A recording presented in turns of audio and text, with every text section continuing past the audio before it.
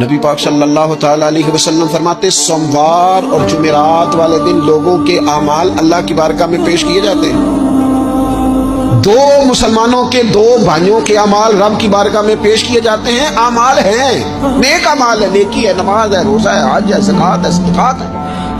وہ نیک اعمال اللہ کی بارگاہ میں جمعرات اور پیر کو پیش کیے جاتے ہیں. رب کریم فرماتے ٹھہر جو ذرا, ان کے اعمال کو روک دو. یا اللہ کیوں؟ فرمایا اس لیے کہ ان کے آپس میں نا دلوں میں نفرت ہے, گھٹن ہے, عداوت ہے. ان کو ذرا مہلت دو, یہ پہلے صلح کر لیں, پھر ان کے اعمال بھی قبول کر لیں. عداوتیں پالی ہوئی ہیں, اپنے دلوں کے اندر گھٹن پیدا کی ہوئی. اختلاف کہاں نہیں ہوتا, لیکن نفرتیں پیدا کر لینا. کیا جرم کیا بھائی نے؟ کون سا کفر کر بیٹھے ہیں رشتہ دار؟ کون سی ایسی بات نکل گئی ہے جو زندگی کے ناطے توڑ کے بیٹھتے ہیں؟ رب کہتا نہیں قبول ہو گیا, ابھی اس کے اعمال روک دو جب تک یہ آپس میں صلح نہ کر لیں. اور میں اس لیے کہ ان کے